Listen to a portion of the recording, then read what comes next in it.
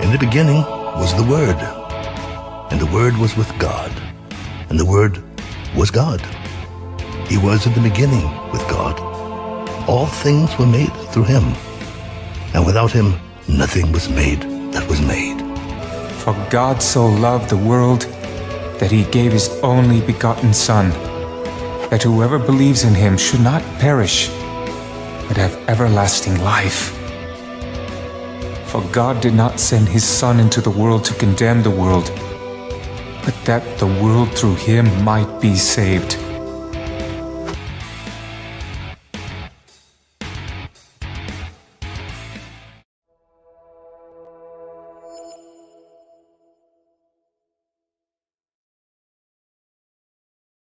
Well, hello, ladies and gentlemen. Welcome to the show. Come on in, take your shoes off, and get comfortable. It's Sunday night. You know what that means. It's Bible study night. That's right here on Untethered Live, and I'm your host, Jake Johnson. I'll be with you for the evening.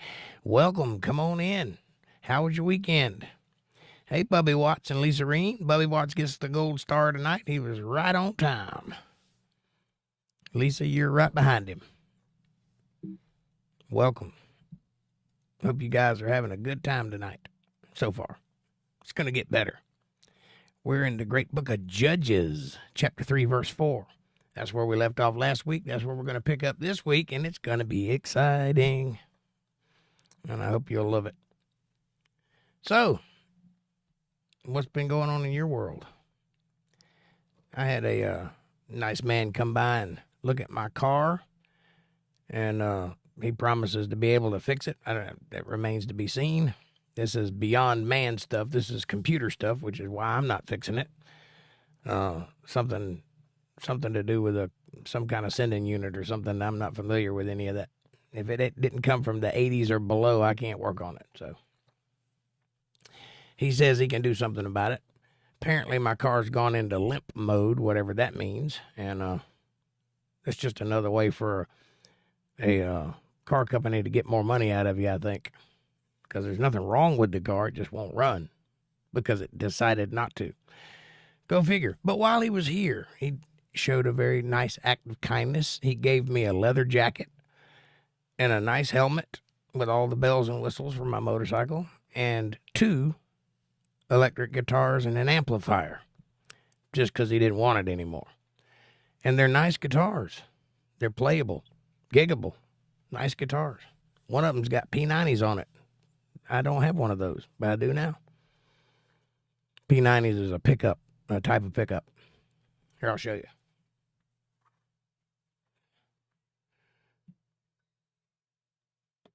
That's a P90. And that is one of the guitars.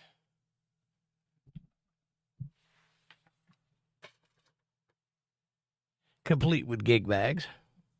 Very nice. Bubby Watt says, Jake, did you watch that Rob O'Neill interview? Not yet. I hadn't got to it yet, but I'm working on it.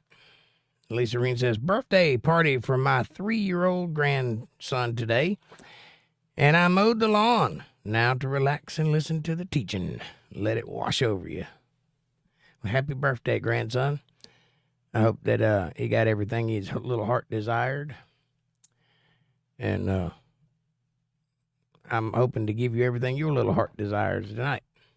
Or some of it anyway. Maybe not all of it at once, but I had to let it trickle out. There's no way out of that statement, is there? I'll just move on. Bubby Watts, I am going to watch that interview. I just haven't got to it yet. Got a lot of irons in that fire. A lot of irons and only 2 hands. So take me some time, but I'll get to it. Nope. You knew what I meant. We got 3 people watching. That's good. No worries, says Bubby Watts. I'll talk to you about it on Wednesday, okay? I'll watch it either tonight or tomorrow night.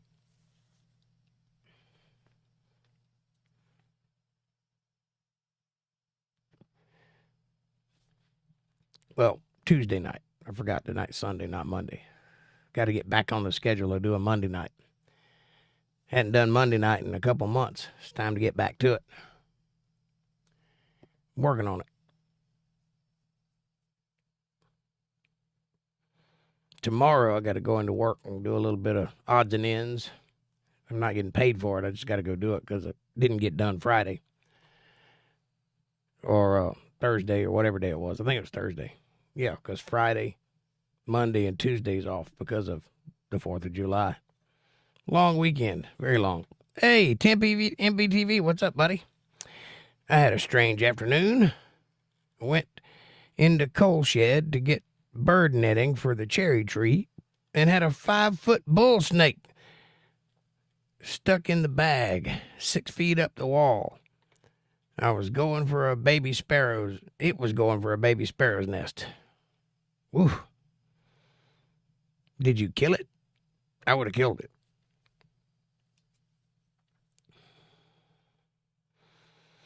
I have a cat that did some unquestionable things, and now I'm trying to get rid of it, and I've been throwing rocks at it every time it comes in the yard to get fed. I don't think it's getting the message because I saw it again this afternoon. So the next step is the old 6-shooter. So we'll see what happens there. Lisa Reen says, so when is your sister's boyfriend going to fix your vehicle? It's not my sister's boyfriend. It's just a guy she knows. And I don't know.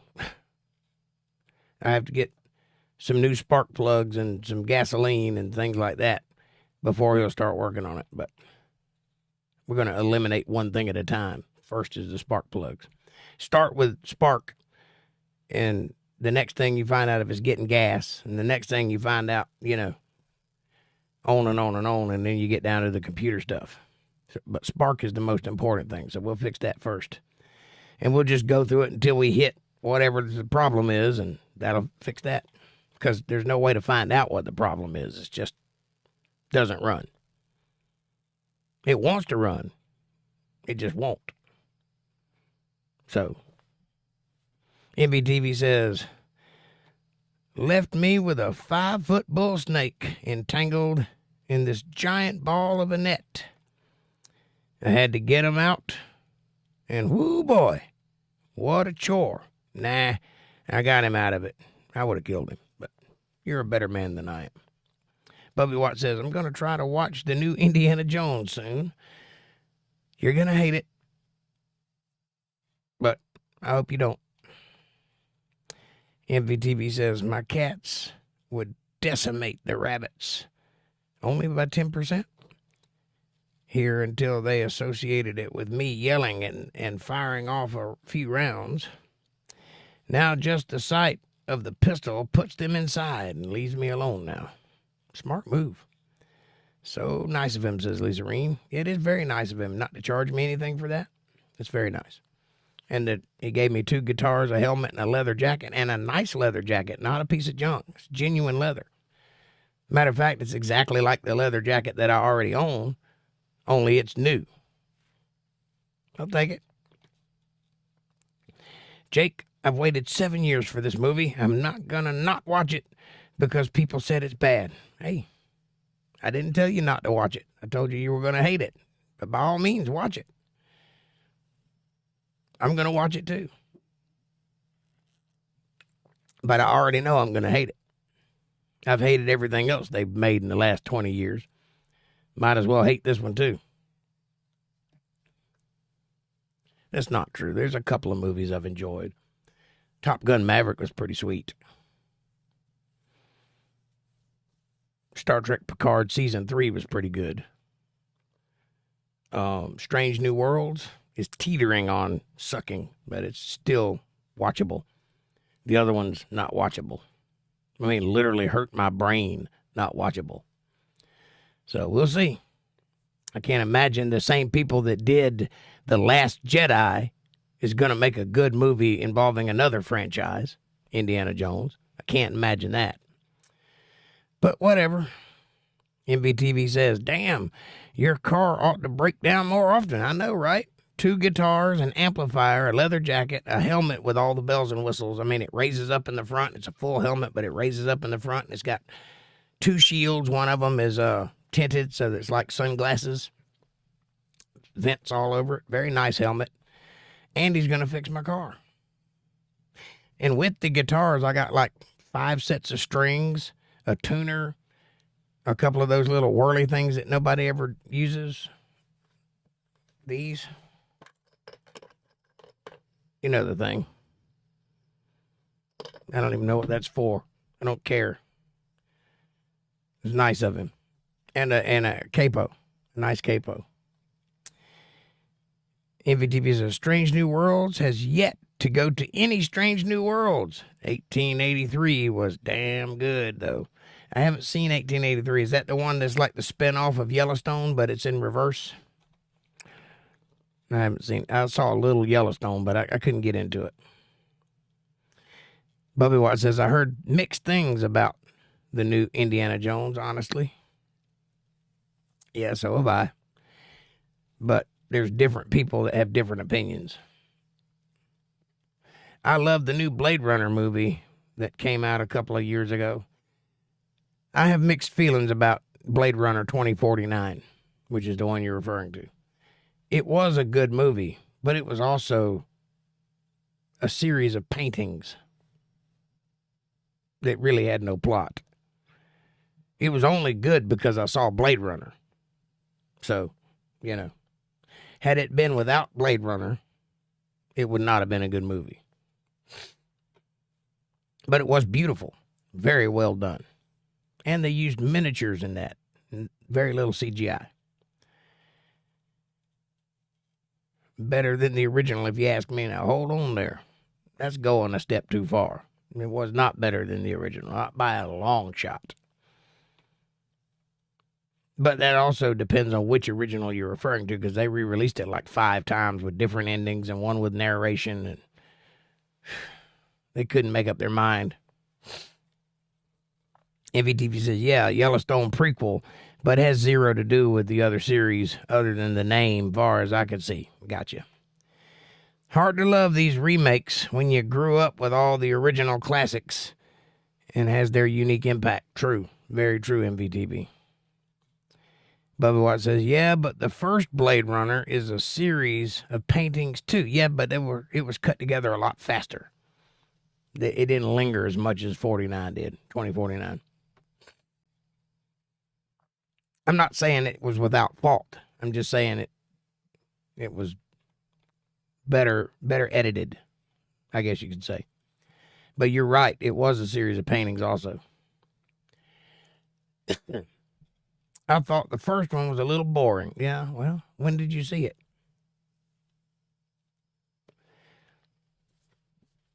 Maybe noir isn't your thing, especially sci-fi steampunk noir. I do admit the first Blade Runner was pretty confusing to me, a bit disturbing too. Yes, it was intended to be. You ought to read the book it was based on. Do Electric Sheep Dream, I think is the name of it, by Philip K. Dick. Check it out. It's a short book. It's a small book, but it's very disturbing. The premise is when mankind creates artificial intelligence, are they intelligent? Do they dream? Do they have aspirations? It's a pretty good book, especially written in the 70s or 60s, whenever it was written.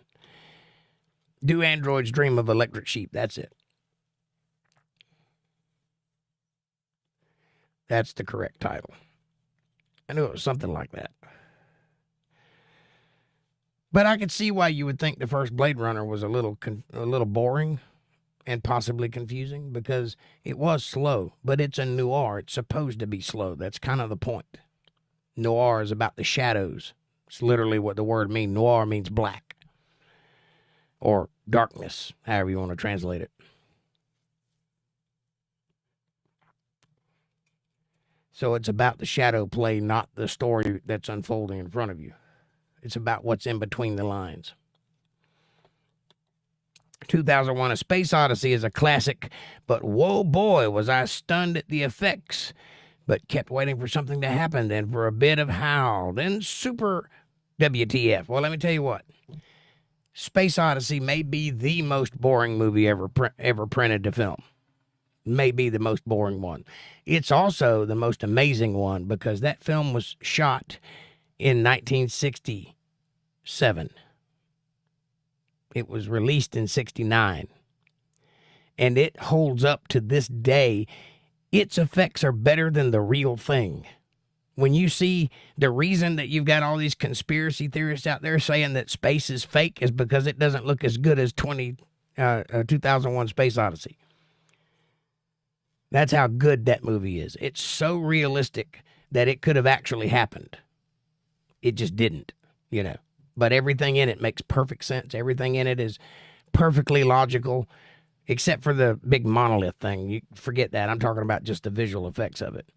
But it is a great movie, but it's also very hard to get through. Try watching it as a matter of enjoyment. Just plop it in one day and sit down with some popcorn and see how far you get. You'll be asleep before the third act, I promise. I think you're right, Jake. I may have misunderstood Blade Runner. I like 2001: A Space Odyssey. Yeah, Bubby Watts. It's not that you misunderstood it. You may have been too young to appreciate it, is what I was getting at. It is a steampunk noir. And when you realize what they're trying to say with this movie, it makes it better, right? It's all about the last thing that Batty says on the roof about the teardrops in the rain. That's what the whole movie's about, is this bad guy, who is a bad guy for all intents and purposes. He's the bad guy. But in the moment where he gets to be the bad guy, he chooses to break the mold and save the guy's life. And the guy that was there to kill him doesn't know what to think about that.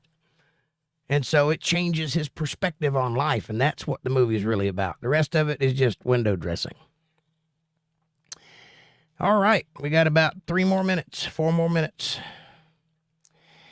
But that movie, I came prepared to just look at the visuals. Yep, that's what you got to do. You got to take 2001: A Space Odyssey as an experience, not as a movie. Because if you watch it as a movie, you'll be bored to tears. But if it's like A Clockwork Orange, you can't enjoy that movie. It's not enjoyable. But it is an experience, and the first of its kind. And you can read it that way. MVTV says, my point. I was born in 1959, so I saw it 9 years old. Big sci-fi fan.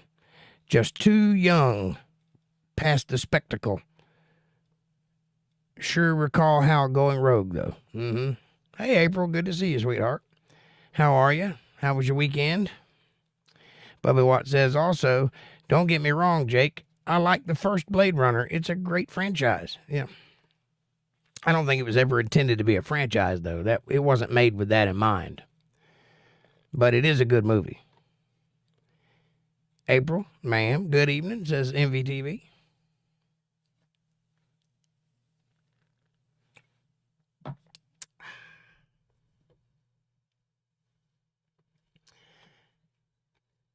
There are probably a handful of great classic movies. There's probably a double handful. But they just get so bogged down with all of the dreck that's thrown in on top of them, they're hard to find. And a true movie aficionado has seen them all because they were chomping at the bit when they came out. But I assure you, if you're a younger person, there's a lot you've missed. You need to go back and look real close. My judgment has always been the box. If the box ain't exciting, the movie won't be exciting. If the caption on the back doesn't titillate you, the movie won't be any good. That's just the way it is. That has never been not true for me. April says, Jake Love, Bubby Watts, MVTV, Lisa Reen. Bubby Watts says, but my counter argument with that, Jake, is John Carpenter's The Thing.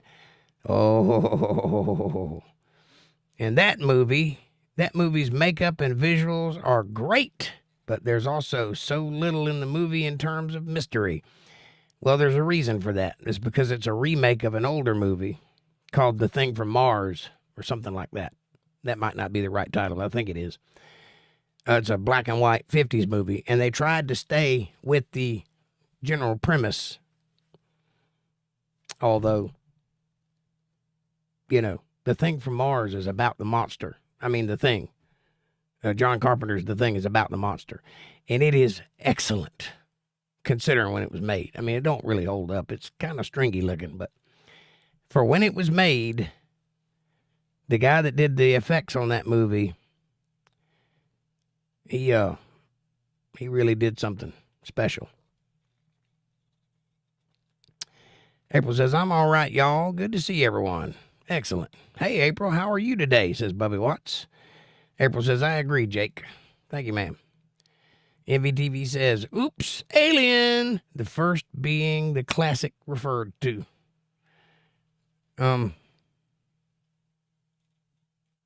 Alien, the first being the classic referred to. You mean when I said there was a handful of classics? Bubba Watt says, and Jaws is my favorite movie, and the shark is only in the movie for 3 minutes, I believe. And it didn't work, by the way, which is why it's only in the movie for 3 minutes. They did a lot of work to get that shark to work, and then on the day they put it in the water and it stopped working. So they just did what they could with it.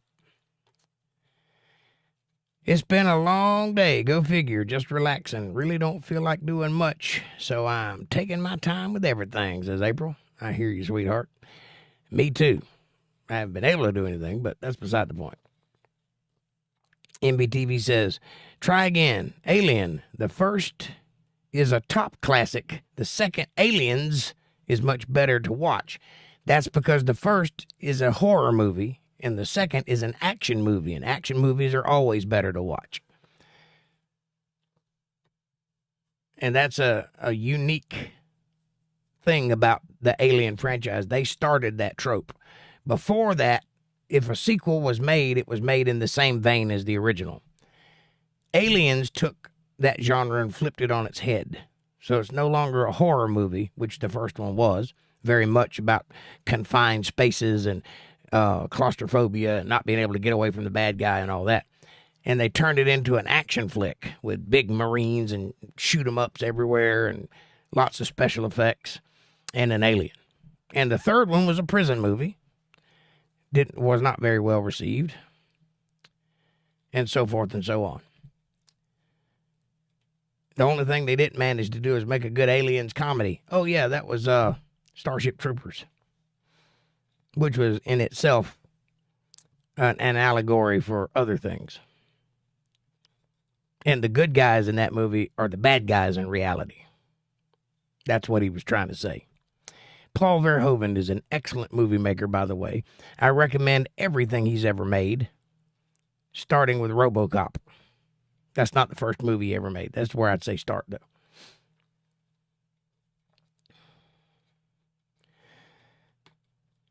I like The Thing. The effects hold up if you ask me, Jake. I hear you. Well, I can't think of the guy's name. Is it Rich Baker? Something Baker. The guy that did the effects. The guy with the gray beard, gray long hair. The same guy that did Gremlins. He's a very good monster maker, and he went all out for The Thing. Jake, I'm a huge Jaws nerd. I know why the shark isn't in the movie for that long, LOL. I was speaking to everyone, not just you. I know you're a Jaws nerd. You've told me that before. April says, seriously? Seriously. Walter Davis, what's up, buddy? Good to see you.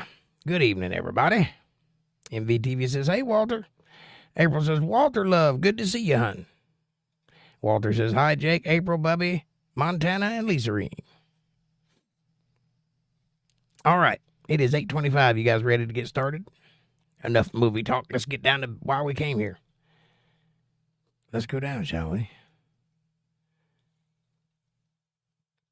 And I need a book. There it is. If you got your Bibles handy, crack them open to the book of Judges, chapter 3, verse 4.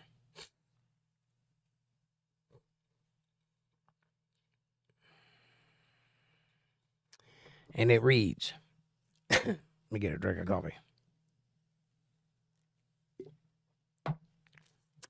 And they were to prove Israel by them, to know whether they would hearken unto the commandments of the Lord, which he commanded their fathers by the hand of Moses. And the children of Israel dwelt among the Canaanites, the Hittites, and the Amorites, and the Perizzites, and the Hivites, and the Jebusites, all of which they were supposed to have destroyed, might I add. And they broke them, yes, but they did not utterly destroy them off of the face of the earth as they were commanded to do. And they took their daughters to be their wives. Remember when God said, don't do that? Remember when he said, you have to destroy them off the face of the earth? Because if you mingle with them, you will start, through empathy, allowing them to have their gods and their customs, and then pretty soon you'll be involved in them. Or if you take their daughters to wives or give your sons to their daughters to wife, it's going to screw your life up. You remember God saying that? And he said it not too long ago. Might have said it in the last book we read.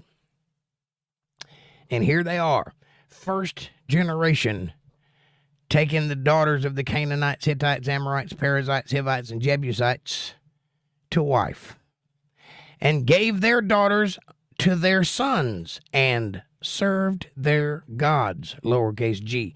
First generation. They hadn't been there for 20 years yet. They just got there, and they're already worshiping false gods. That's how screwed up these people are.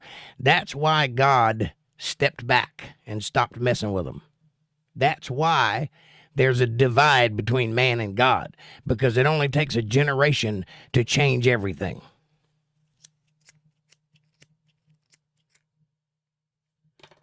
Now, you think the man who designed everything, God, had the right to ask the thing he designed to do it a certain way. And you'd think they would do it because they're not stupid. But here they are, being stupid. And the children of Israel did evil in the sight of the Lord, and forgot the Lord their God, and served Balaam in the groves. One generation. Therefore, the anger of the Lord was hot against Israel, and he sold them into the hand of the Cushan Rishathaim, king of Mesopotamia. Cushan Rishathaim,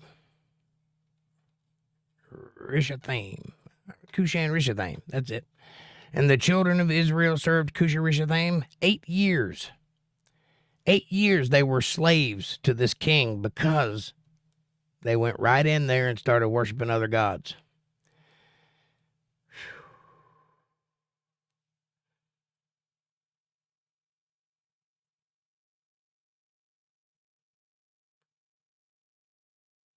Okay. And when the children of Israel cried unto the Lord, hear this now. They went immediately to false gods. They went immediately to strangers and gave up their heritage in one generation. And in 8 years, they're crying to the Lord God for Savior. They're crying. They can't take it. You understand that? In one generation, less than 20 years, they turned against God and forgot about him. And in less than 8 years, they're crying for him to come save them.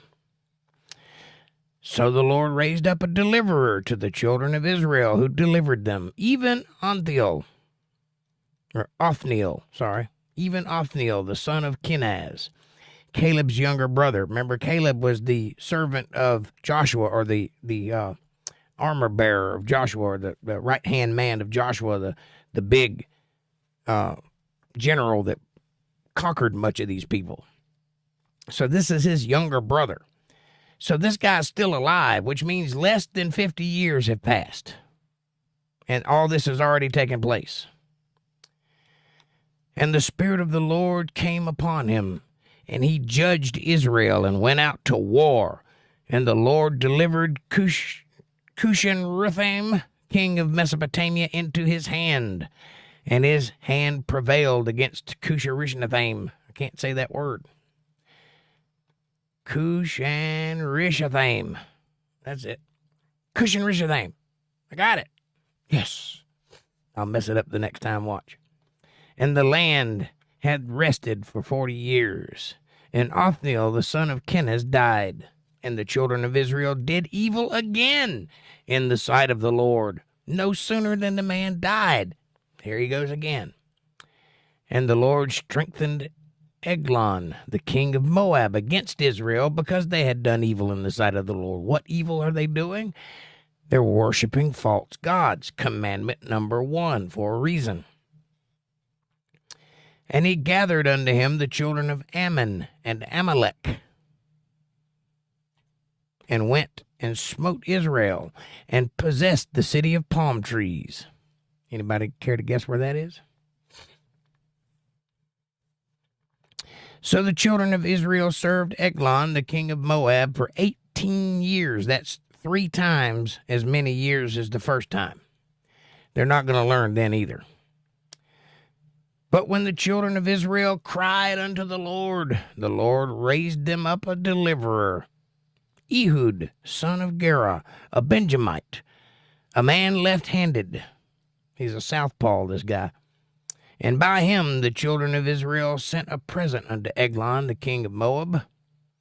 But Ehud made him a dagger, which had 2 edges of a cubit length. A cubit is from your elbow to the tip of your finger, whoever the king is. So, it's a big dagger, is what I'm saying. And he did gird it under his raiment upon his right thigh.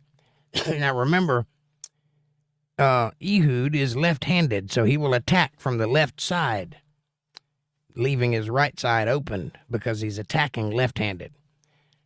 But the guy with the dagger is right-handed, and he's got his knife over here. So if this guy reaches for him, it just jug him in the gut one good time, and that's it.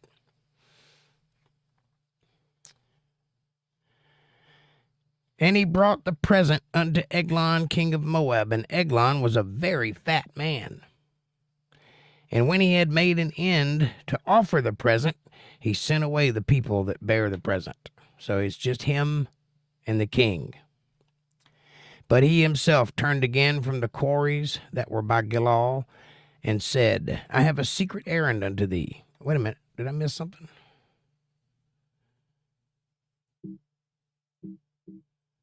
I guess not. I'll read that again just to make sure I didn't miss anything. And he brought the present unto Eglon, king of Moab, and Eglon was a very fat man. And when he had made an end to offer the present, he sent away the people that bear the present. I guess that was all of them. But he himself turned again from the quarries that were at Gilgal, and said, I have a secret errand unto thee, O king, who said, keep silence. And all that stood by him went out from him. So he cleared the room. He didn't want to hear this secret. And Ehud came in unto him, and he was sitting in the summer parlor, which he had for himself alone. And Ehud said, I have a message from God unto thee. So I'm guessing, well, this isn't very clear. I'm guessing that Ehud came into the king's palace while the king was tending to the quarry in Gilgal. Probably setting up work to be done, or looking over plans or something like that. And so when he gave the present to the king sent everybody out of the room. But as Ehud was leaving, he said, I have a secret to tell you. He said, keep quiet. And he called him back in after everybody was gone out of the room. That's what I read here. And Ehud came in unto him, and he was sitting in a summer parlor, which he had for himself alone. He was the only guy that could be in there. It was like a Florida room. And Ehud said, I have a message from God unto thee. And he arose out of his seat, and Ehud put forth his left hand, and took the dagger from his right thigh, and thrust it into his belly. Now, the king of Moab is a very fat man. I want you to consider this. Big guy, big feller. So Ehud pulls from his right side, takes the dagger out, and shoves it. Now remember, this is a cubit in length. And he shoves it into the fat man's belly.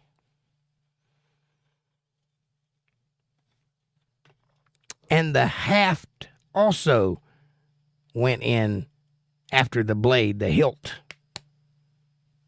So this blade has a dagger on both sides, right? A long blade and a short blade. And it's a cubit length.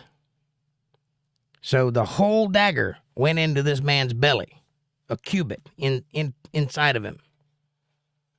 And the fat closed upon the blade so that he could not draw the dagger out of his belly.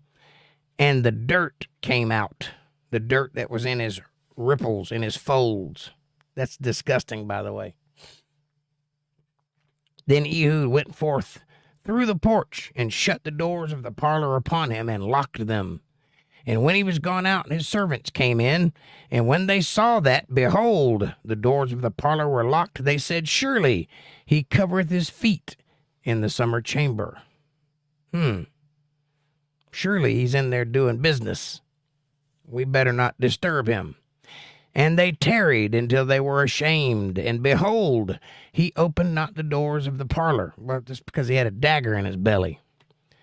Therefore they took a key and opened them, and behold, their lord was fallen down dead on the earth, with an entire dagger in his fat. Can you imagine how big that feller was? He had a meter, not a meter, a cubit of fat around him. That's horrible. Fat shame. Somebody fat shame that king. And Ehud escaped while they tarried, and passed beyond the quarries, and escaped to Sirith. And it came to pass, when he was come, that he blew a trumpet in the mountain of Ephraim, and the children of Israel went down with him from the mountain, and he before them. So he's walking in front of them. Gotta lose some weight, fatty. Yep, that's right. He's a big boy. Big boy. I'm surprised he could get up and walk to his little summer room.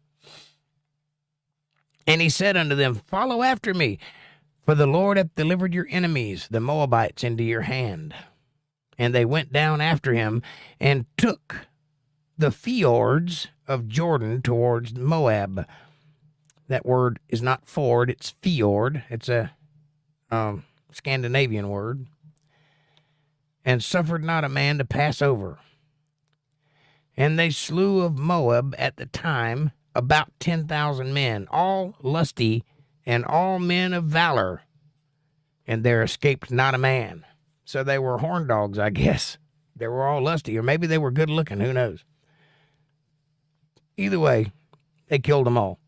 So Moab was subdued that day under the hand of Israel, and the land had rest for 80 years.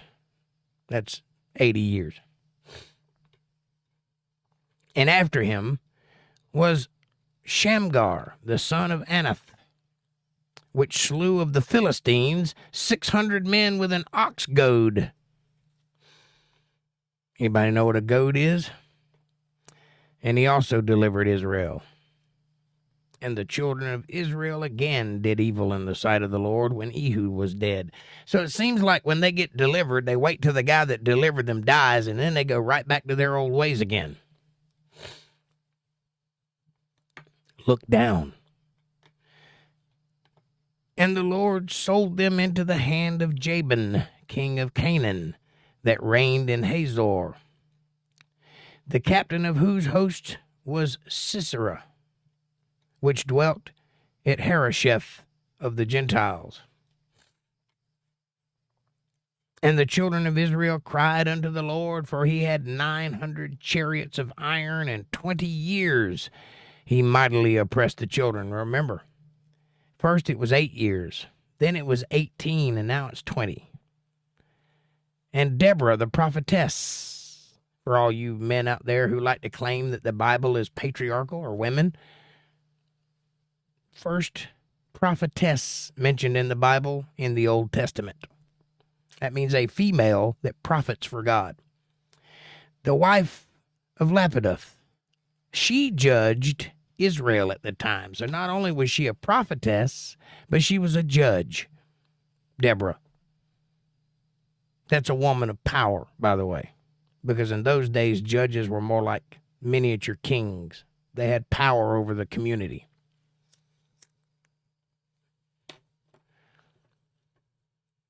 Just think about that, feminists. And she dwelt under the palm tree of Deborah between Ramah and Bethel. The word Bethel means house of God, in Mount Ephraim. And the children of Israel came up to her for a judgment. So they came to her. So she's occupying a seat above the children of Israel. Imagine that. And she sent and called Barak, the son of Abinoam, out of Kadesh Naphtali. That's the tribe of Naphtali settling in Kadesh, if you want to know why they called it that. Not Kadesh Barna or Kadesh Arba, but Kadesh Naphtali. And said unto him, hath not the Lord God of Israel commanded, saying, Go and draw towards Mount Tabor, and take with thee 10,000 men of the children of Naphtali, and of the children of Zebulun? And I will draw unto thee to the river Kishon, Sisera, the captain of Jabin's army, with his chariots and his multitude, and I will deliver him into thine hand. This is a woman saying this to an army. And Barak said unto her, If thou wilt go with me, then I will go. But if thou wilt not go with me, then I will not go. Talking to Deborah. And she said, this woman, this biblical woman, she said, I will surely go with thee, notwithstanding the journey that thou takest shall not be for thine honor. For the Lord shall sell Sisera into the hand of a woman. And Deborah arose and went with Barak to Kadesh. Now, keep in mind, she's a prophetess, so she would know what's going to happen in the near future. So, not only will she go with him, but she tells him, I'll go with you, but you're not going to get any glory and fame from this battle, because the place you're going to fight is going to get sold in the hands of a woman, pointing at herself. And Barak called Zebulun and Naphtali to Kadesh, and he went up with 10,000 men at his feet, and Deborah went up with him. Now, Heber the Kenite, which was of the children of Hobab, the father-in-law of Moses, had severed himself from the Kenites, and pitched his tent under the plain of Zanaim, which is by Kadesh. Now this Kenite is a descendant of Cain. That's what Kenite means, descendant of Cain. So was Hobab, who was the father-in-law of Moses, which meant Moses' wife was a descendant of Cain. Not that that means anything, but it's interesting to know that and to make note of it. And they showed Sisera that Barak, the son of Abinoam, was gone up to Mount Tabor. And Sisera gathered together all his chariots, even 900 chariots of iron, and all the people that were with him, from Harosheth of the Gentiles unto the river Kishon. And Deborah said unto Barak, Up, get up, for this is the day in which the Lord hath delivered Sisera into thine hand. Is not the Lord gone out before thee?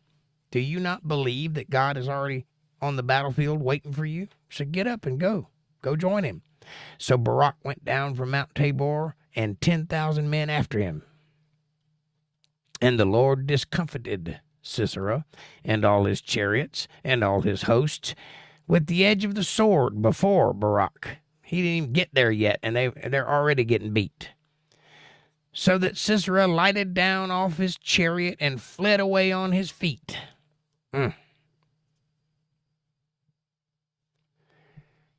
But Barak pursued after the chariots and after the host unto Harosheth of the Gentiles. And all the host of Sisera fell upon the edge of the sword, and there was not a man left. He killed them all. Howbeit, Sisera fled away on his feet unto the tent of Jael, the wife of Heber the Kenite. For there was a peace between Jabin the king of Hazor and the house of Heber the Kenite. Well, Heber the Kenite has got another thing coming. And Jael went out to meet Sisera and said unto him, Turn in, my lord, turn in to me, fear not. And when he had turned in unto her into the tent, she covered him with a mantle, meaning she covered him up, hid him from the fight that's happening outside. So if anybody came in, they didn't see him. And he said unto her, Give me, I pray thee, a little water to drink, for I am thirsty. And she opened a bottle of milk and gave him to drink and covered him. Again, covering him, hiding him. This woman, you need to pay attention to her because she's a crafty, crafty girl. Again, he said unto her, Stand in the door of the tent, and it shall be when any man doth come and inquire of thee and say, Is there any man in here? That thou shalt say no. Then Jael, Heber's wife, took a nail of the tent, a nail meaning the stop that holds it into the ground. She pulled one out and took a hammer in her hand and went softly unto him and smote the nail into his temple and fastened it to the ground, for he was fast asleep and weary. And he died. Wow. So try and picture this. He runs into this tent of another man's wife and tells her, Hey, hide me, because I'm in the middle of a battle and I'm trying to get away. Well, she's no dummy. She knows the writing on the wall is Israel will be in charge of this land pretty soon. And her husband is a Kenite, so she ain't real happy with him in the first place, because Kenites can't grow anything. I don't know if you're aware of that or not. They can build, but they can't grow. Anyway. So the man hides in her tent, and she hides him and covers him up, and then he starts asking her for favors. Hey, give me some milk. Hey, stand in the doorway and make sure nobody comes in while I drink your milk and go to sleep. So in his exhaustion, he passes out there under this mantle that she's placed upon him. And while he's snoring, she looks back and realizes, I've got the battle in my hand right now. So she grabs a nail and drives it through his freaking head and nails him to the ground. He's dead. So there's that battle. And behold, as Barak pursued Sisera, Jael came out to meet him and said unto him, Come, and I will show you the man whom thou seekest. Come with me, and I'll give him to you. And when he came into her tent, behold, Sisera lay dead. The nail was in his temples. So God subdued on that day Jabin, the king of Canaan, before the children of Israel. And the hand of the children of Israel prospered and prevailed against Jabin, the king of Canaan, until they had destroyed Jabin, king of Canaan. Sisera was a bad guy, but he wasn't the king. Now, why did she do that? I'll tell you why. God was using her, as he does often in the Bible, by the way, using women because they are cunning and they occupy places that men can't get to, such as the tent of a woman during the middle of a battle. It's pretty smart.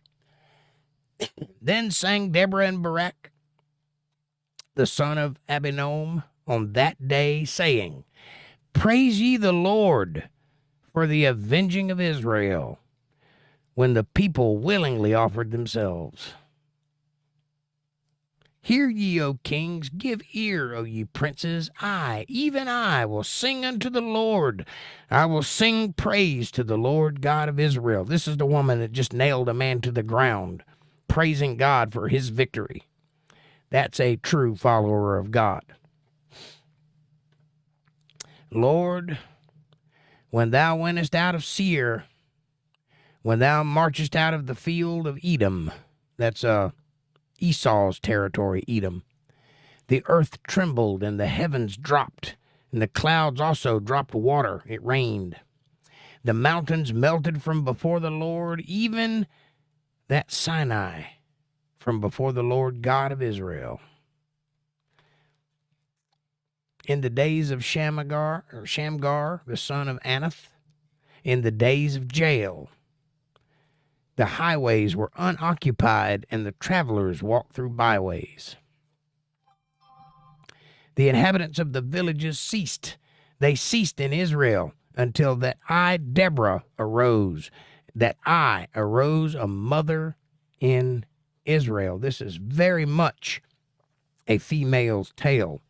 This is very much a powerful woman working for God. And she became quite the leader of Israel. She was a judge and a prophetess and, in some cases, a warrior. This is a woman appointed by God, one of the many. Why am I belaboring the point? Because it's necessary, because people are screwed up in the head. They got things backwards. They don't understand. Cold-hearted woman. I like her. She wasn't cold-hearted. She just knew what had to be done and got it done. She was a can-do person. The inhabitants of the villages ceased. I read that one. They chose new gods, lowercase g. Then was war in the gates. That's a sentence. They chose new gods. Then was war in the gates. Well, why was war in the gates? Because they're choosing new gods. They're not following the God that just saved them again. This is the same generation, by the way. Was there a shield or a spear seen among 40,000 in Israel? My heart is toward the governors of Israel that offered themselves willingly among the people. Bless ye the Lord. Speak, ye that ride on white asses, ye that sit in judgment and walk by the way. They that are delivered from the noise of archers in the places of drawing water, there shall they rehearse the righteous act of the Lord. Acts of the Lord. Even the righteous acts towards the inhabitants of his village in Israel. Then shall the people of the Lord go down to the gates. Awake, awake, Deborah, awake, awake, utter a song, arise, Barak, and lead thy captivity captive, thou son of Abinom. Then he made him that remaineth have dominion over the nobles among the people. The Lord made me have dominion over the mighty. Out of Ephraim was there a root of them against Amalek? After thee, Benjamin, among thy people. Out of Machir came down governors, and out of Zebulun, they that handled the pen of the writer. That would be a scribe. And the governors would be the Pharisees, or the Bible lawyers that we'll eventually run into later on down the road. Out of Machir, all descendants of the Kenites, who were mentioned earlier. And the princes of Issachar were with Deborah, even Issachar, and also Barak. He was sent on foot into the valley. For the divisions of Reuben, there were great thoughts of heart. They were in spirit. They had good wishes, but they didn't do a whole lot because they were divided. Why abodest thou amongst the sheepfolds? To hear the bleating of the flocks? For the divisions of Reuben, there were great searchings of heart. Gilead abode beyond Jordan.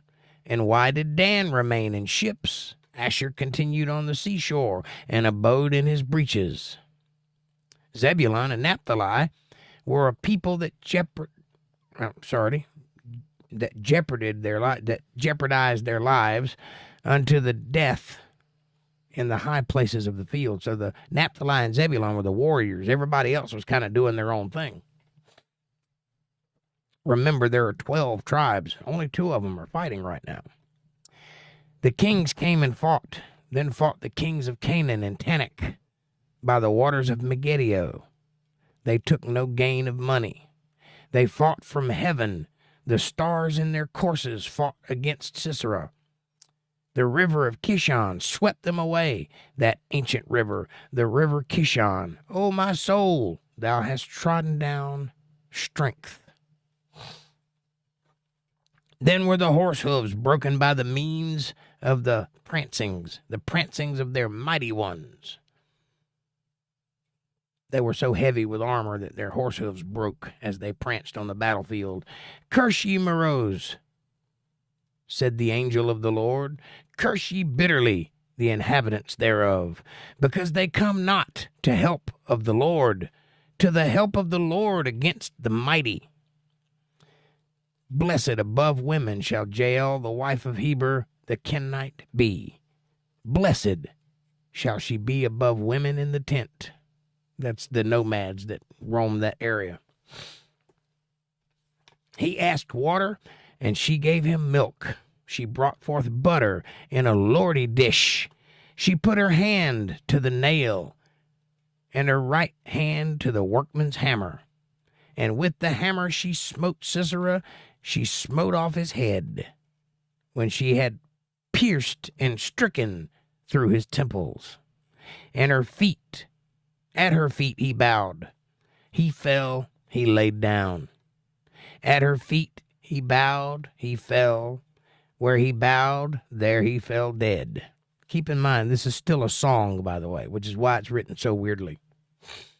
This is Deborah singing this song, Deborah and Barak.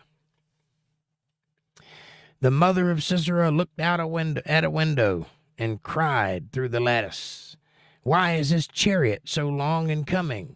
Why tarry the wheels of his chariot? That's his mom. They're guessing that his mom is pining for him to return home, which he can't do because he's dead. Her wise ladies answered her, Yea. She returned, answered to herself, meaning she understands why he hasn't come home. Have they not sped? Have they not divided the prey to every man a damsel or two? To Sisera a prey of divers colors, of needlework, on both sides? Help or meat for the necks of them that take the spoil. So let all thine enemies perish, O Lord, but let them that love him be as the sun when he goeth forth in his might, or noonday sun, shining bright. And the land had rest 40 years.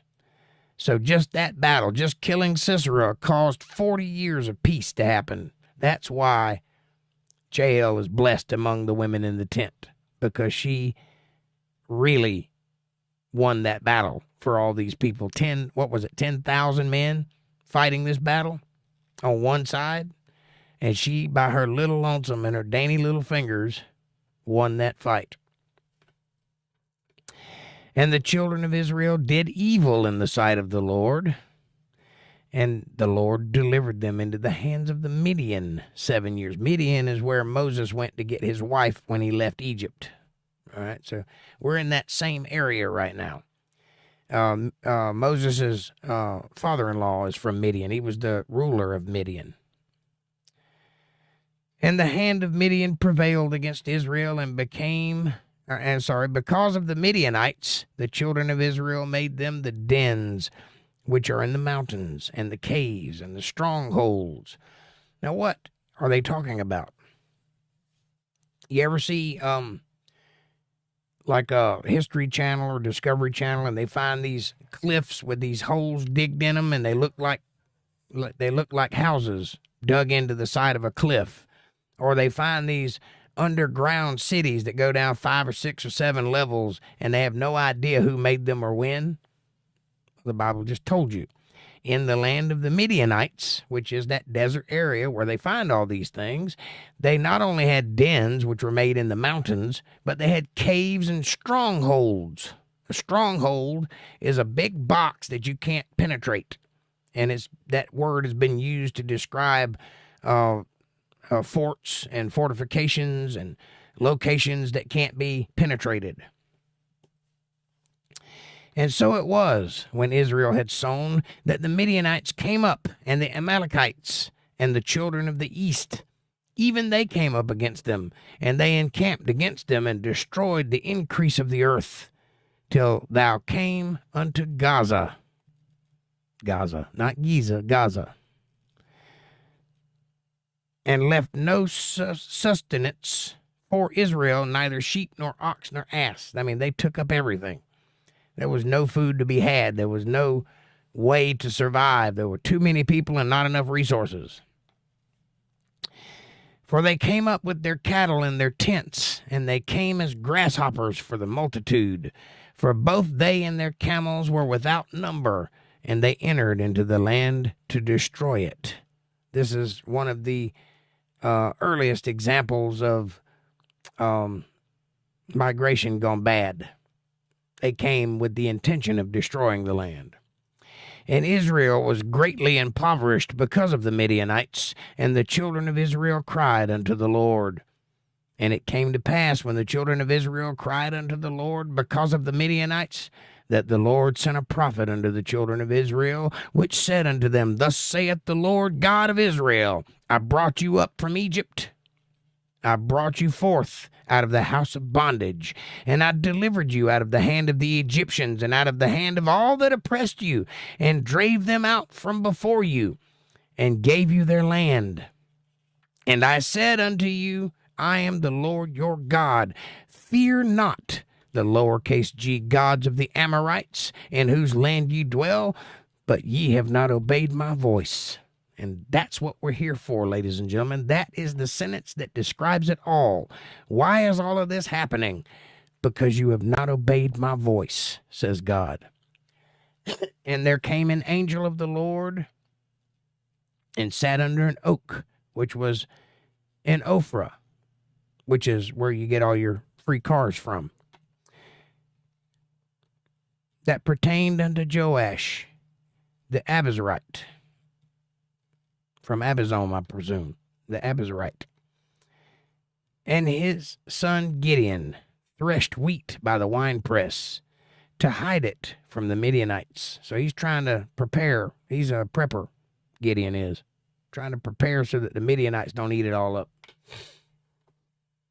And the angel of the Lord appeared unto him and said unto him, The Lord is with thee, thou mighty man of valor, because he's preparing. Understand? He's doing work to prepare for the hard times. He's trying to put something away for a rainy day. That's why the Lord is with him. That's why the Lord refers to him as a mighty man of valor.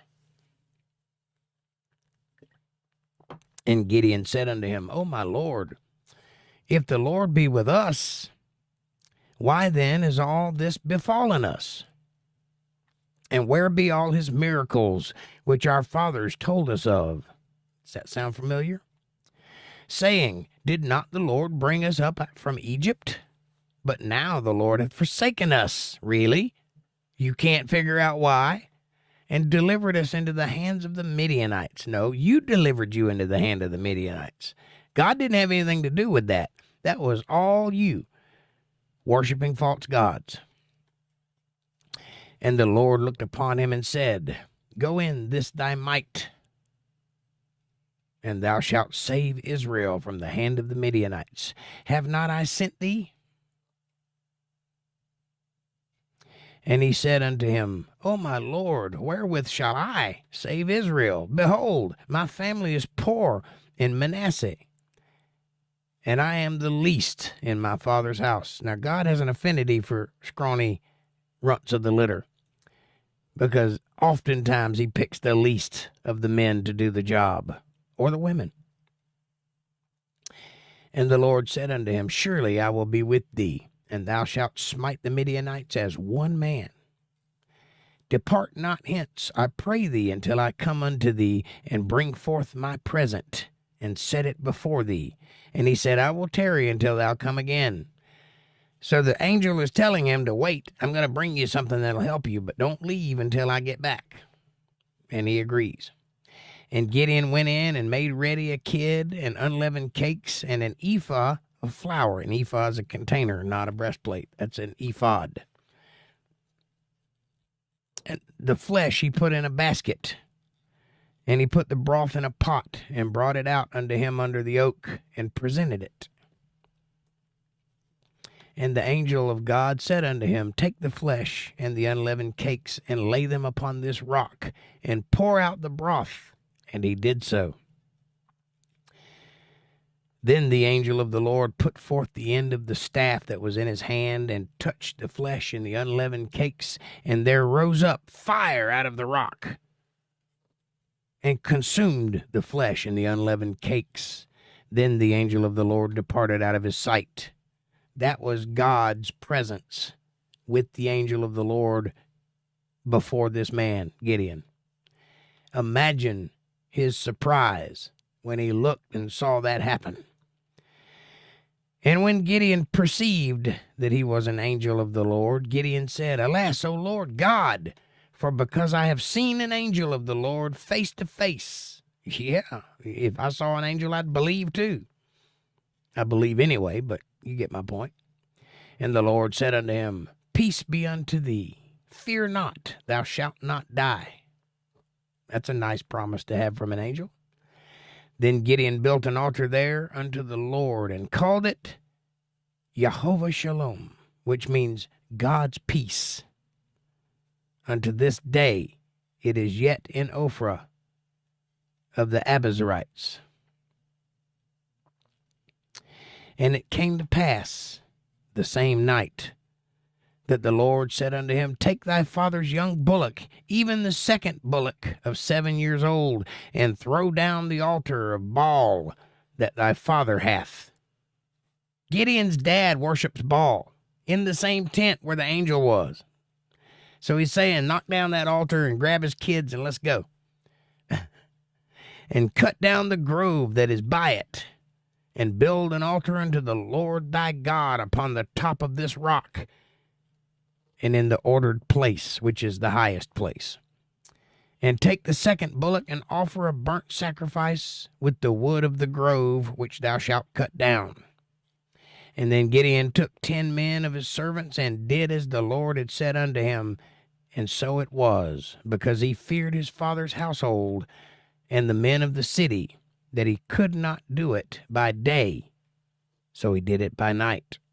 But he did it nonetheless. Now keep in mind, Gideon has to live here. So he don't want to get caught doing this. This is his father's God and his father's grove to that God. And he's going to tear it down, build an altar to our father, and then sacrifice his animals on it. He don't want to get caught doing it. And when the men of the city arose early in the morning, behold, the altar of Baal was cast down, and the grove was cut down that was by it. And the second bullock was offered upon the altar that was built. And they said one to another, Who hath done this thing? And when they inquired and asked, they said, Gideon, the son of Joash, hath done this thing. They didn't bother holding back at all. They spilled the beans immediately. Then the men of the city said unto Joash, Bring out thy son, that he may die, because he hath cast down the altar of Baal, and because he hath cut down the grove that was by it. And Joash said unto all that stood against him, Will ye plead for Baal? Will ye save him? He that will plead for him, let him be put to death, whilst it is yet morning. I'll kill you where you stand. If he be a god, let him plead for himself, because one hath cast down his altar. Smart move. Therefore on that day he called him Jerubbaal, saying, Let Baal plead against him, because he hath thrown down this altar, or his altar.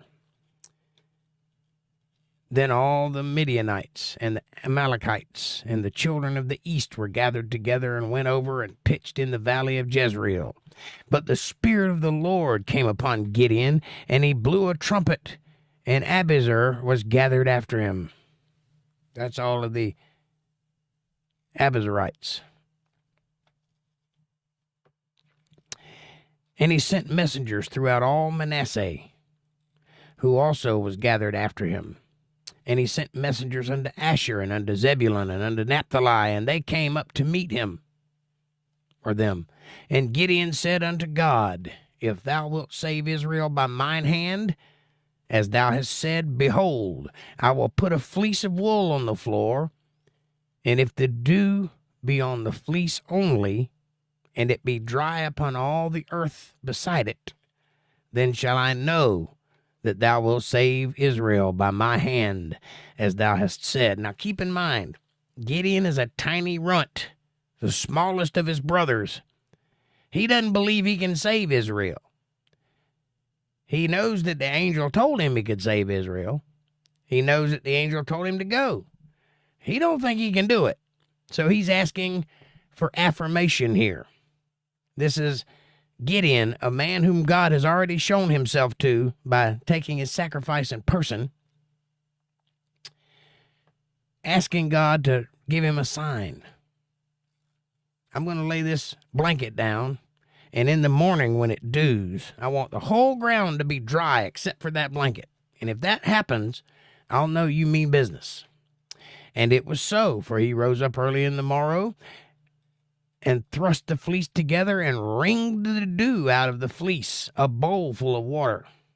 And Gideon said unto God, let not thine anger be hot against me, God, please, and I will speak but this once.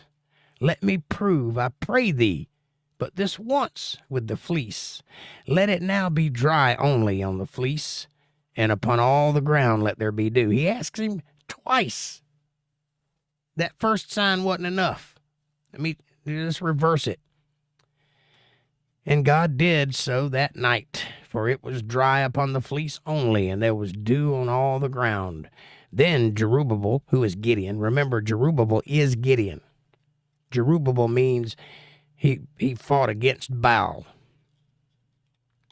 And all the people that were with him rose up early and pitched beside the well of Herod, so that the host of the Midianites were on the north side of them by the hill of Moreh in the valley. And the Lord said unto Gideon, or Jerubbaal, the people that are with thee are too many for me to give the Midianites into their hands, lest Israel vaunt themselves against me, saying, mine own hand hath saved me.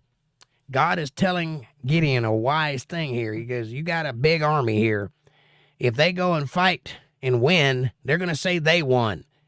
Knock it down to about 2 or 3 people, and then when you win, you can say God won, because that's what we're doing here. We're affirming God now. I affirmed you earlier. It's my turn. Now, therefore, go to proclaim in the ears of the people, saying, whosoever is fearful and afraid, let him return and depart early from the Mount Gilead. And there returned of the people 22,000, and there remained 10,000. Still a big army. And the Lord said unto Gideon, the people are yet too many. Bring them down unto the water, and I will try them before thee. Or I will try them for thee there. And it shall be that of whom I say unto thee, this shall go with thee, the same shall go with thee. And whomsoever I say unto thee, this shall not go with thee, the same shall not go. It's pretty simple. I'll tell you who to bring. So he brought down the people unto the water, and the Lord said unto Gideon, every one that lappeth of water with his tongue, as a dog lappeth, him shalt thou set by himself. Likewise, every one that boweth down upon his knees to drink. And the number of them that lapped, putting their hand to their mouth, were 300 men. But all the rest of the people bowed down upon their knees to drink, like civilized people. And the Lord said unto Gideon, by the 300 men that lapped will I save you. See there? The dog lappers is the ones he chose, not the civilized men. And deliver the Midianites into thine hand with 300 guys. And let all the other people go every man unto his place. So the people took victuals in their hands, or food and water, and their trumpets. And he sent all the rest of Israel, every man unto his tent, and remained those 300 men.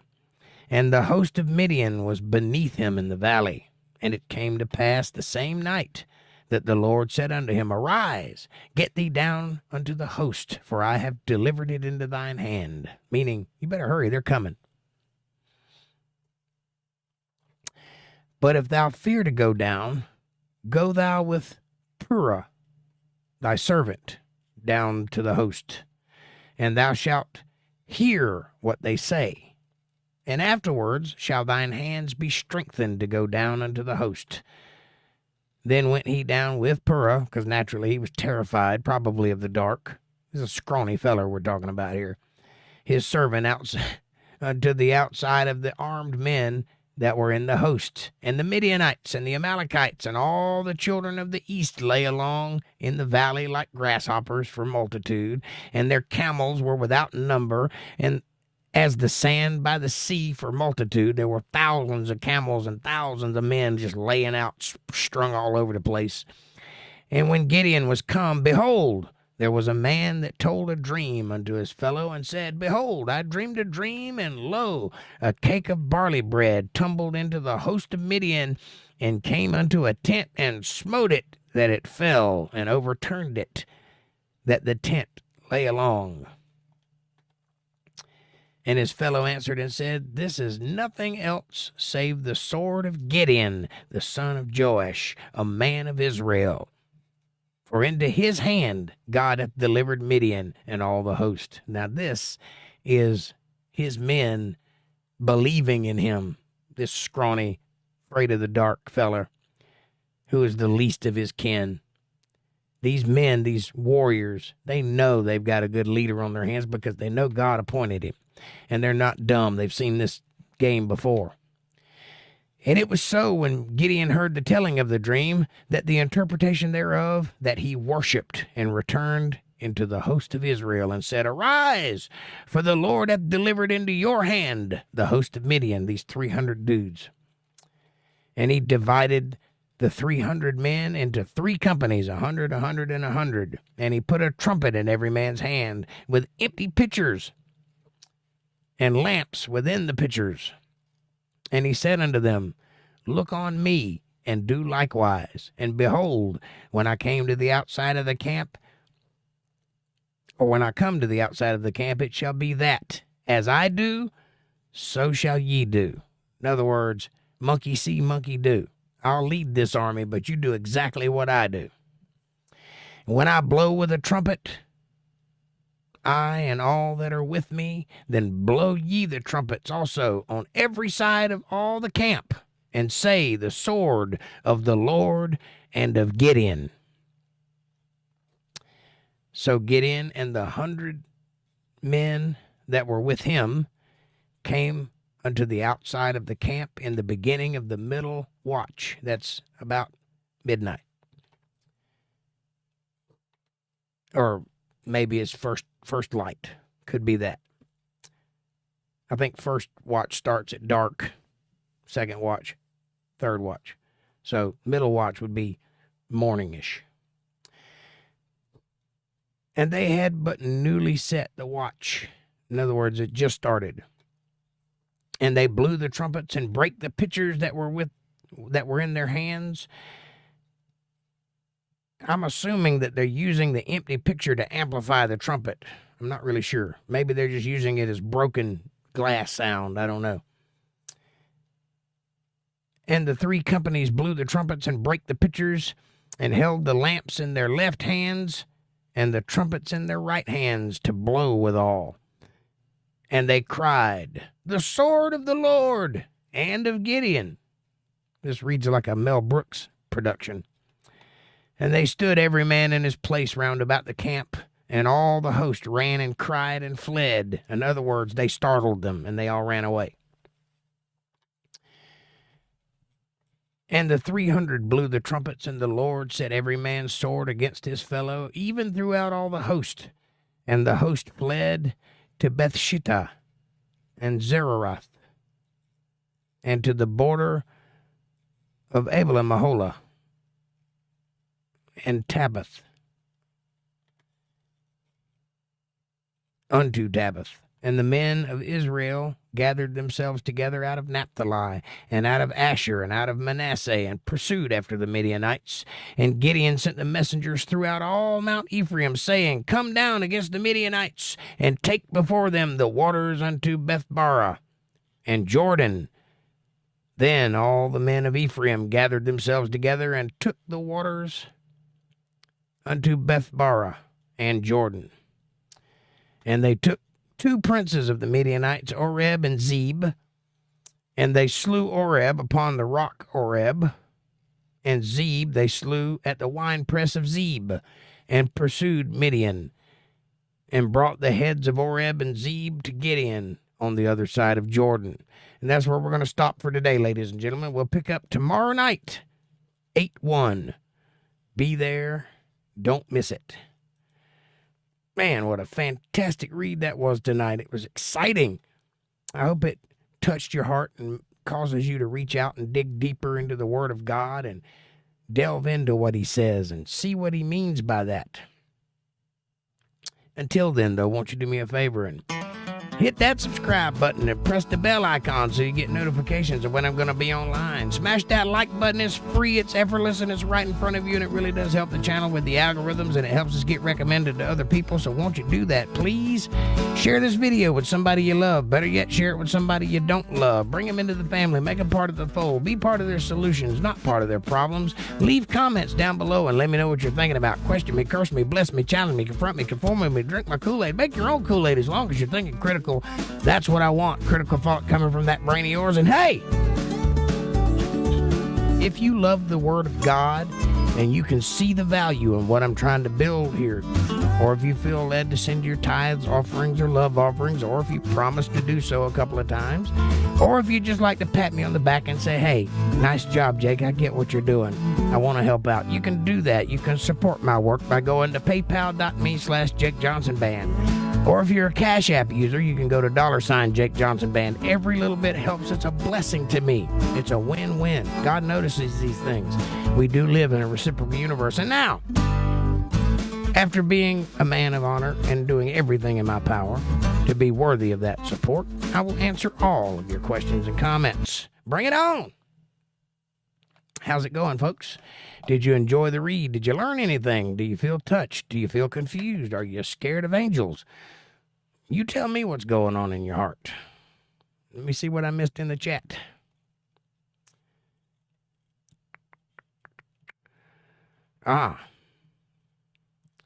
Walter Davis says, took the kids to the rifle range, but it looked closed down. Darn. April says, I'm ready. I hope you are. Yes and wow. MBTV says, hopefully you let him fire over the fence anyway. I would have. April says, did he look like this?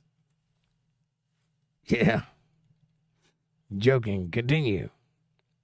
Yes, so sad, says April. Walter says, look where we have gone in the past 20 years. We repeat the Jews' mistakes. Yes, look how far we've gone down in the last 20 years. You're absolutely right there, Walter Davis. April says, we got it.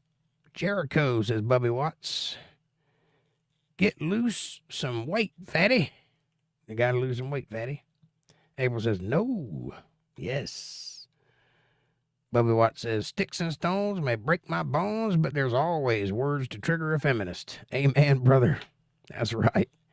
Walter says 10,000 plus herdsmen and livestock and servants. That's a huge crew to move. Yeah, it is. That's why he whittled it down to 300. That and because he knew that 10,000 people would take credit for winning when you only need a couple folks to get the job done because God's on your side.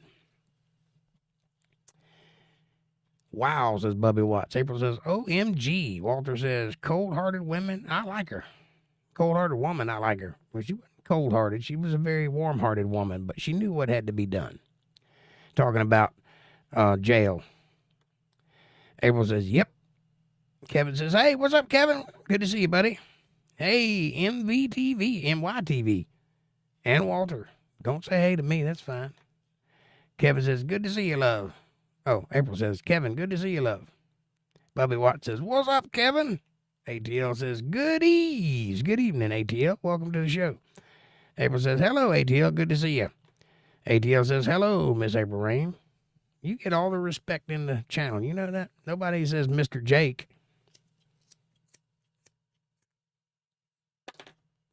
That's good. ATL says, Jerubable. Gideon. How are you, ATL, says April. ATL says, good, thank you. Bubby Watt says, very exciting book. Yes, it's very exciting. Walter says, hi, Kevin and all, and ATL. Walter says, good stuff, Jake. Thank you, sir. Lisa Ream says, thanks, Jake. I don't dig the war stuff, but man, oh man, those folks just never learn. Won't listen, and so on it goes. It seems like every other generation does this thing. They'll fall, and then the next generation will beg for forgiveness, and then they'll do right until the guy dies, and then the next generation will fall, and it's over and over and over. They never learn. It's amazing, actually. Thank you for that, Bubby Watts. I told you I would watch it. Jake, this reflects the feminist part. Oh, is that a different one? I'll add that to the list then.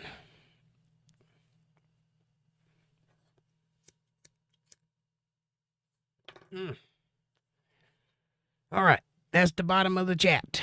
Everybody having a good time so far? Everybody enjoying it? Got any questions, comments, criticisms, catharses, catalogs, carpetbaggers? Ever know about a feller?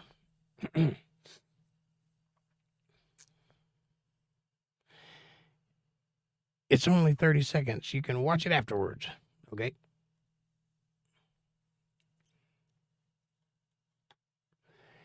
Good reading, Jake. Thank you, Mr. Davis. I appreciate you, sir. April, Kev, where'd you go? You ain't said nothing in a while. Say hello.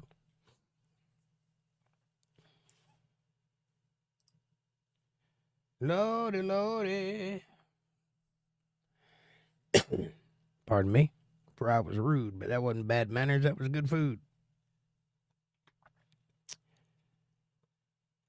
I hope you guys enjoyed the read tonight. I enjoyed it. It's thoroughly interesting. I just want to get one final thought from you. Are there words that are used to describe Sorry men about that that. offend you? I accidentally clicked the link, apparently. Don't do that. I'll watch it afterwards.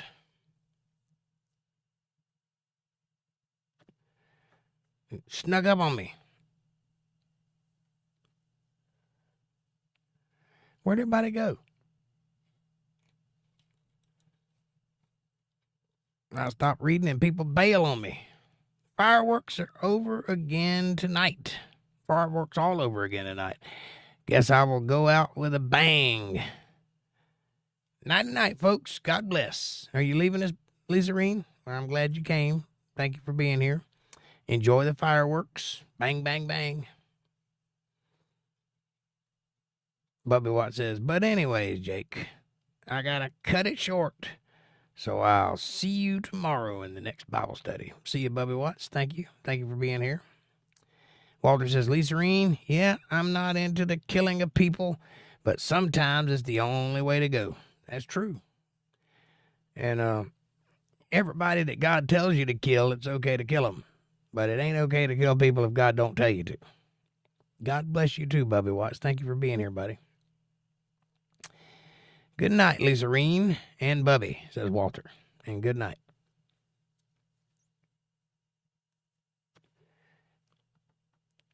I still got 2 more days before I can get back to business.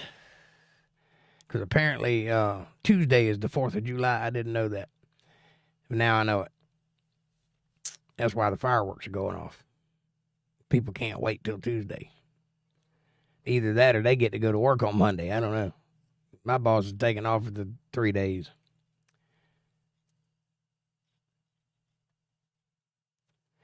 That's the way the cookie crumbles. I could use the rest, I guess. Although I got plenty of things to do around here. Anyway, anybody have any questions about what we read tonight? Did you grasp it all? Kevin says, I loved her, but I had to kill her. Guns N' Roses. I used to love her. Whoa, yeah, but I had to kill her. It's a good song. Walter says, yeah, I'm off till Wednesday doing some side jobs. I'm glad you got some side jobs to do, buddy. Kev, what did you guys do this weekend? Anything exciting?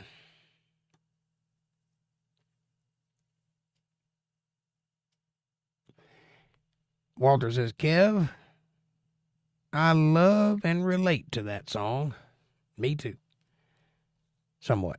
MVTV says, sometimes killing a rat is the only good solution. Amen, brother. And sometimes that's what you got to do. Especially if they just won't listen. Kevin says, I'm off until Wednesday. We had CJ 2 days. Cool. Walter says, but I didn't kill her. So you say. You have a recent picture with a newspaper?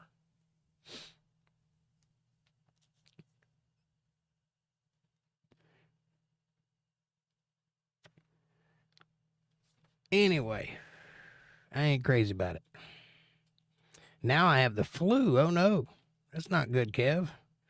Better drink some liquid and take care of yourself, buddy. MVTV says, of course, I prefer locking them in a remote mining shack, hooking up an open IV line, and bleeding them over a few days, or so I've heard. That's horrible.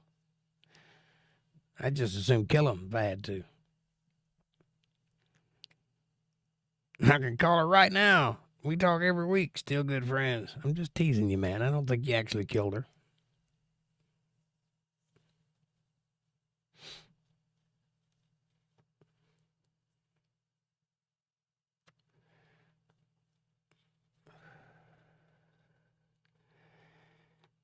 Kevin says, I worked outside and sweated it up a lot. Hopefully that will help. Where'd April go, Kev? She hasn't said anything in a while. Yeah, sweating's good for you. That'll get all the poisons out of you. But if you're sick, you're sick. That's in your lungs and in your sinus cavity. That ain't in your sweat glands. I've heard the same thing, says Walter, from people about bleeding them in a mining shack remotely. That's terrifying.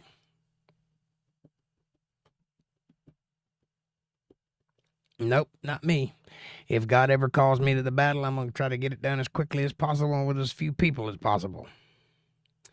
Kevin said, April is in the kitchen listening to you and eating. I had some KFC. That sounds good. I had popcorn.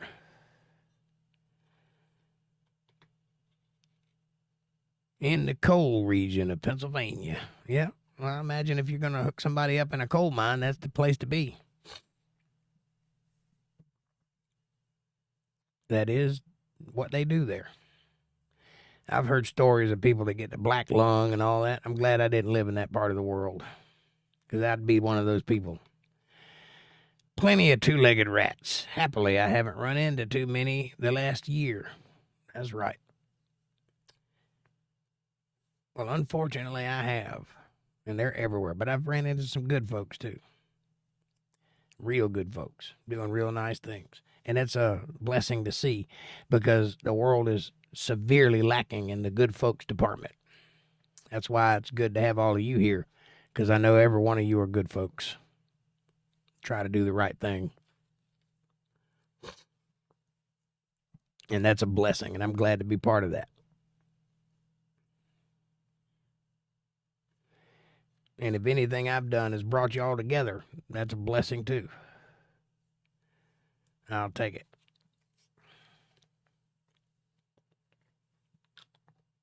This is high-grade coal deposit.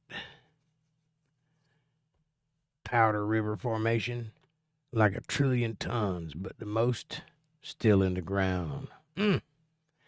Kevin says, we got some sports update. All the STR game is coming this week. 2 devil-egg rays made the first team. Actually, I could care about as much for the All-Star game as watching the WNBA. That's not very high marks there you're giving this sport. I keep pressing the wrong buttons. This is where the Molly Maguires started, and the last were rung in the next town over. It's where the term redneck comes from. Is it really? I always thought the term redneck came from farmers bending down to tend their crops all day and getting sunburnt on the back of their necks. MVTV says, the cats are responding again to the Kevin Cox Sports Update. Have to throw a few black cats at the same time. But anyways, hey, I'm glad the cats like it.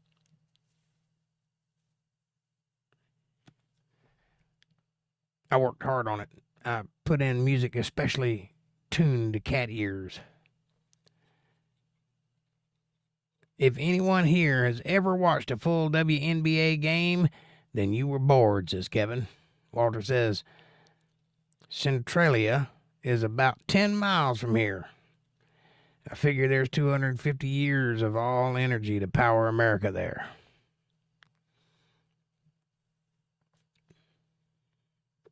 That would not surprise me. I know we got enough oil. It just seems to work that way.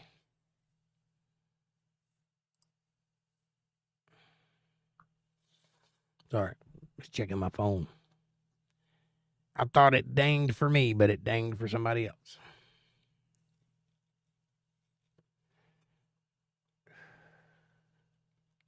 Centralia is the one still shimmering, right? I don't know. I don't know where that's at. Never been that far up. That part, anyway. I've been as far up as Minot, North Dakota, but that's right up the middle. Never been up on the East Coast. Or the West Coast, for that matter.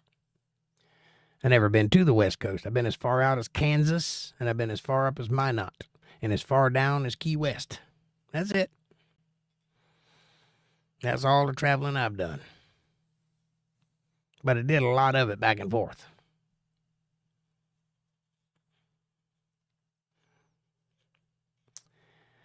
Well, all right, boys and girls. We've reached a half-hour mark, and it's time to go to bed. I got to get up early in the morning and do nothing. I'll find something to do. Thank you so much for your support. Thank you for being here. Thank you for all the chat, comments, and keeping it interesting, and your anecdotes and your thoughts on coal mining. I appreciate each and every one of you. God bless you. I love you. Thank you for being here. And I hope that you enjoyed the read, and I can't wait to see you tomorrow night. Until then, God bless you. Don't do anything I wouldn't do, and thank you for watching.